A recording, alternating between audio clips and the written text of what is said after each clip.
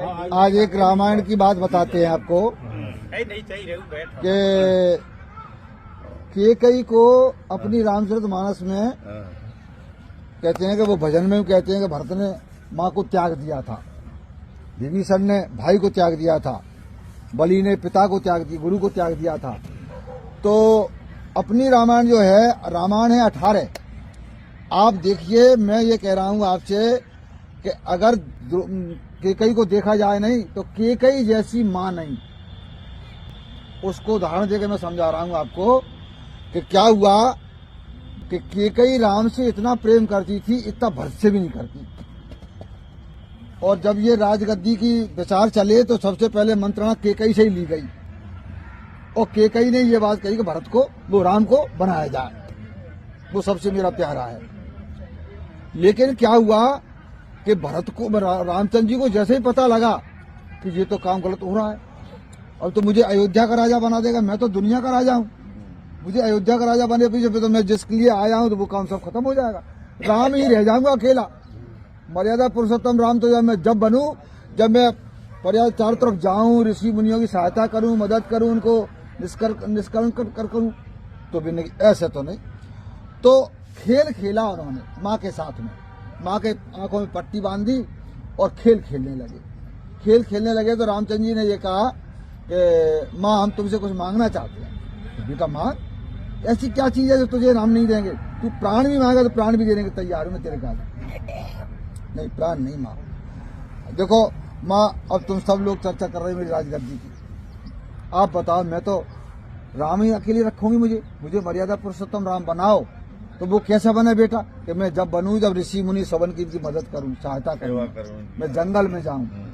तो जंगल में कैसे कि तो मुझे 14 वर्ष का वनवास मिले तब मैं जाऊं। अरे बेटा तेने कहा कह दी, मैं बहुत ऐसी हो जाऊंगी, दुनिया मुझे क्या कहेगी, और तू नहीं, जो आंख जब ही खोलूंगा मैं जब तुम इस बात को वादा कर दोगे कि हाँ मैं तुझे 14 वर्ष का वनवास दूंगी, राजा से ले लूंगी इस वरदान। तो याद दिला गई तो 2 वरदान आते हैं, 2 वरदान है उनके पास।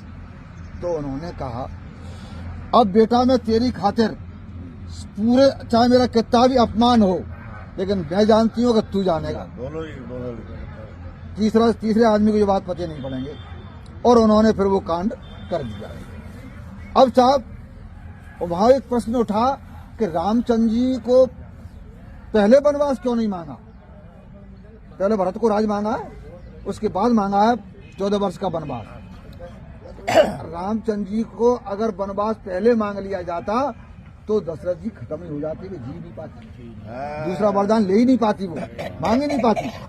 इसलिए पहले भरत को गद्दी और फिर 14 वर्ष का वनवास। अब वो क्यों? अब इसके आगे देखिए, एक बात हो गई पूरी।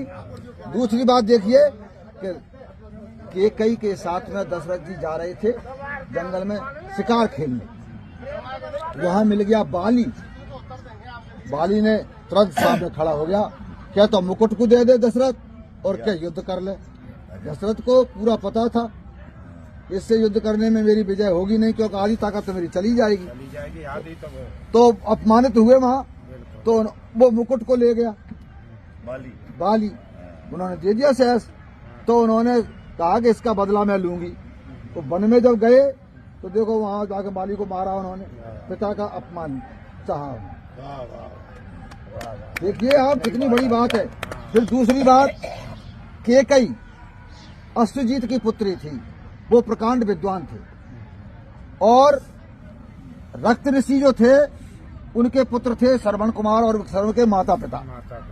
श्रवण कुमार का भी श्राप लगा हुआ था, दशरथ जी को लगा हुआ था।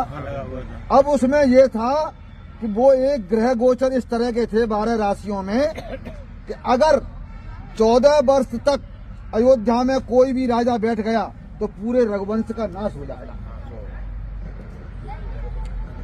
तो 14 वर्ष तक कोई भी गद्दी पर नहीं बैठा है। हाँ, खड़ाऊ बैठी रही है, खड़ाऊ बैठी है, उस पर खड़ाऊ बैठी है, खड़ाऊ। और भरत ने फिर नंदीग्राम में जाकर के वहां बैठ के अपनी कुटिया बनाई है, वहां से राज संचालन किया है। ये सारी बातें। अब आप बताओ, कैकेयी जैसी कोई माँ हो सकती है क्या? कैकेयी जैसी कोई माँ हो सकती है क्या? अपमान माँ सब कुछ सहन कर लेगी बेटे के लिए, लेकिन अपने स्वाभिमान पर जब चोट आती है तो माँ फिर वहां भी ढीली पड़ जाती है। लेकिन देखिए उसके कई माँ को, जिसने बेटे की खातिर पूरा अपमान सहा और भरत ने उनको त्याग दिया। भरत ने जब गाली दी तो आपको याद होना चाहिए उस समय रामचंद्र जी ने क्या कहा था, भरत रुक जाओ, ये क्या तुम कह रहे हो? क्यों? उन्हें पता था, रामचंद्र जी को तो पता था, भरत को पता थोड़ी था। रामचंद्र जी टोका कि नहीं भरत को, ये तो आपने सभी जानते हैं। तो भरत ये क्या कह रहे हो तुम, तेरी जैसी माँ कोई माँ नहीं हो सकती। ये कहता हूं मैं आपसे रामायण 18 हैं, 18 रामायण में आप तमिल की भाषा में देखिए, तमिल की भाषा के रामायण पढ़ोगे आप तो ये कहोगे कि यार ये है क्या। रावण का और राम का संवाद अगर आप सुनेंगे उसमें तो ये अपनी रामायण में कहीं कोसों नहीं है। कल उसको बताऊंगा मैं आपकी कहानी। Very good.